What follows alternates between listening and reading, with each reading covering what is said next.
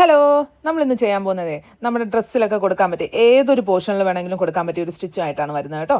അപ്പോൾ അതിനായിട്ട് ഞാനൊരു ത്രെഡ് എടുത്തിട്ടുണ്ട്. അത് ഡബിൾ ലെയർ ആയിട്ടാണ് ഞാൻ എടുക്കുന്നത്. സിംഗിൾ ലെയർ ആണെന്നുണ്ടെങ്കിൽ അങ്ങനെ മതിയാവും കേട്ടോ. കട്ടി കുറച്ച് ചെയ്യണമെന്നുണ്ടെങ്കിൽ സിംഗിൾ ലെയർ ചെയ്താൽ മതി. ഇത് ഞാൻ 3 ലൈൻ കൊടുത്തിരിക്കുന്നത് എന്താണെന്ന് വെച്ചാൽ ഈ രണ്ട് അറ്റത്ത് കിടക്കുന്ന 2 ലൈനിൻ്റെ പുറത്തോട്ട് പോകാതിരിക്കാൻ വേണ്ടിയിട്ടാണ് ഞാൻ അങ്ങനെ ഒരു 3 ലൈൻ കൊടുത്തത്. അതിൻ്റെ ആവശ്യമില്ല, ഒറ്റ ലൈൻ തന്നെ മതിയാവും കേട്ടോ. അപ്പോൾ ഈ വീഡിയോയിൽ കാണുന്ന പോലെ അടിയിൽ നിന്ന് സൂചി കുത്തി പുറത്തോട്ട് എടുക്കുക. ശേഷം എന്തോന്നും നേരെ ഒരു 4 ഇഞ്ച് നീളത്തിന് താഴോട്ട് കുത്തിയെടുക്കുക. ശേഷം ഈ കാണുന്ന പോലെ അവിടെ വെച്ച് തന്നെ ഒരു ലോക്ക് കൊടുത്തതിന് ശേഷം, അതായത് അങ്ങനെ ചെയ്തിട്ട് റൈറ്റ് സൈഡിലോട്ട് കുത്തി നൂല് പുറത്തോട്ട് എടുത്തിട്ട് നേരെ ലെഫ്റ്റ് സൈഡിലോട്ട് കുത്തുക. ശേഷം നേരത്തെ എടുത്ത സ്റ്റിച്ചിൻ്റെ താഴോട്ട് കുത്തിയെടുക്കുക. അതിൻ്റെ ആ സൂചിൻ്റെ അകത്തൂടെ വേണം മറ്റേ നൂല് വരാനായിട്ട്. എന്നിട്ട് നേരെ വലിച്ചെടുക്കുക. ശേഷം അതിൻ്റെ വെളിയിലോട്ടിട്ട് ഒരു ലോക്ക് ഇട്ട് കൊടുത്തതിന് ശേഷം വീണ്ടും റൈറ്റ് സൈഡ് ലെഫ്റ്റ് സൈഡിലായിട്ട് കണ്ടിന്യൂ ചെയ്ത് അങ്ങ് പോയാൽ മതിയാവും കേട്ടോ. ഇതിൻ്റെ ഒരു ലീഫ് ഞാൻ ഇതിന് മുന്നേ ചെയ്തിട്ടുണ്ട്.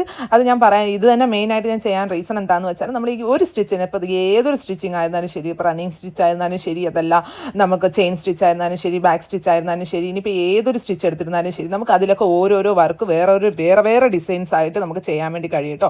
അതിനായിട്ടാണ് ഞാൻ ഇതെടുത്ത് കാണിച്ചു തരുന്നത്. പിന്നെ അതിനുശേഷം ഞാൻ ജസ്റ്റ് കുറച്ച് അകലം വേണമെന്നുള്ളത് കൊണ്ട് ഒരു ബാക്ക് സ്റ്റിച്ച് കൂടെ കൊടുത്ത് ചെയ്യുന്നതാണ് കേട്ടോ. അടുപ്പിച്ച് ചെയ്യണമെന്നുണ്ടെങ്കിൽ അങ്ങനെയും ചെയ്യാം. അതല്ല അകലം കുറച്ച് മതിയെന്നുണ്ടെങ്കിൽ 2 3 ബാക്ക് സ്റ്റിച്ച് കൊടുത്തതിന് ശേഷം അങ്ങനെയും ചെയ്യാൻ മതിയാവും കേട്ടോ. അതല്ല വീണ്ടും അകലം കൂടുതൽ വേണമെന്നുണ്ടെങ്കിൽ ബാക്ക് സ്റ്റിച്ചിൻ്റെ അളവ് കുറച്ച് കൂട്ടിയിട്ട്, അതായത് നേരെ വരുന്ന നീളം കുറച്ച് കൂട്ടിയതിന് ശേഷം അങ്ങനെ ചെയ്താൽ മതി കേട്ടോ. നമുക്ക് ഇത് ഇങ്ങനെ തന്നെ കണ്ടിന്യൂ ചെയ്ത് പോകണമെന്നില്ല. ജസ്റ്റ് ഒരു ലീഫ് വന്നതിന് ശേഷം സെക്കൻഡ് നമുക്ക് അവിടെ വെച്ച് റണ്ണിങ് സ്റ്റിച്ച് കൊടുത്ത് അതായത് സ്റ്റെം പോലെ ആക്കിയതിന് ശേഷം നമുക്ക് അവിടെ വെച്ച് അത് സ്റ്റോപ്പ് ചെയ്യാം. അതല്ല ഇതിനെ കണ്ടിന്യൂ ചെയ്ത് പോകണമെന്നുണ്ടെങ്കിൽ ചെയ്യാം കേട്ടോ. നമുക്ക് ചുരിദാറിൻ്റെ സ്ലിറ്റിലും നമ്മുടെ നെക്കിൻ്റെ ഭാഗത്തും മിനിമം കഴുത്തിൻ്റെ താഴെ, അതായത് നെഞ്ചിൻ്റെ ഭാഗത്തൊക്കെ കൊടുക്കാൻ പറ്റിയ അടിപൊളി സ്റ്റിച്ചാണ് ഇതെല്ലാം. നമ്മുടെ ഷോളിൻ്റെയൊക്കെ എൻഡ് ഭാഗത്തിലൊക്കെ കൊടുക്കാൻ പറ്റിയ അടിപൊളി സ്റ്റിച്ചാണ് കേട്ടോ. അതിന് ശേഷം ഞാൻ വേറൊരു സംഭവം കൂടെ കാണിച്ചു തരുന്നുണ്ട്. അതായത് നമ്മുടെ ഈ ഒരു ലീഫ് പോലെയൊക്കെ ആക്കി എടുത്തിട്ടില്ലേ, അവിടെ ജസ്റ്റ് ഒരു ഫ്ലവർ പോലെ വരാം, ഒരു ടുലിപ്പ് പോലെ വരാനായിട്ടാണ് ഞാൻ ഉദ്ദേശിച്ചത്. അതായത് ഇതുപോലെ കാണുന്ന പോലെ ചെയ്താൽ മതി. ഓരോ നേരത്തെ ചെയ്ത സ്റ്റിച്ചിൻ്റെ ലൈനിൻ്റെ ഓപ്പോസിറ്റ് ആയിട്ട് ഒരു സൂചി ഒരു 4 ഇഞ്ചിന് അങ്ങോട്ട് മുന്നോട്ട് വെച്ച് സൂചി അടിയിൽ നിന്ന് കുത്തി പുറത്തോട്ട് എടുക്കുക. ശേഷം ആ മറ്റേ സ്റ്റിച്ചിൻ്റെ, അതായത് ആ വരയുടെ അകത്തൂടെ എടുത്തിട്ട് നൂലിൻ്റെ അകത്തൂടെ എടുക്കണം കേട്ടോ. അല്ലാതെ തുണിയിൽ കുത്തേണ്ട ആവശ്യമില്ല. നൂലിൻ്റെ അകത്തോട്ട് എടുത്തിട്ട് ഇതുപോലെ തന്നെ നേരത്തെ എവിടെയാണോ കുത്തിയെടുത്ത് അതിൻ്റെ തൊട്ടപ്പുറ സൈഡിലായിട്ട് എടുക്കണം കേട്ടോ. അതായത് സെൻറ്ററിൽ ഒരു ഗ്യാപ്പ് വരാൻ പാടില്ല. അതായത് ആ റെഡ് കളറിൻ്റെ സെൻറ്ററിൽ ഒരു ഗ്യാപ്പ് വരാൻ പാടില്ല. ആ രീതിക്ക് അതൊന്ന് ചെയ്തിട്ട് ഒന്ന് ഫില്ല് ചെയ്ത് കൊടുത്താൽ മതി. വീഡിയോ ശ്രദ്ധിച്ച് നോക്കിയാൽ മനസ്സിലാവും എങ്ങനെയാണ് ചെയ്യേണ്ടതെന്ന്.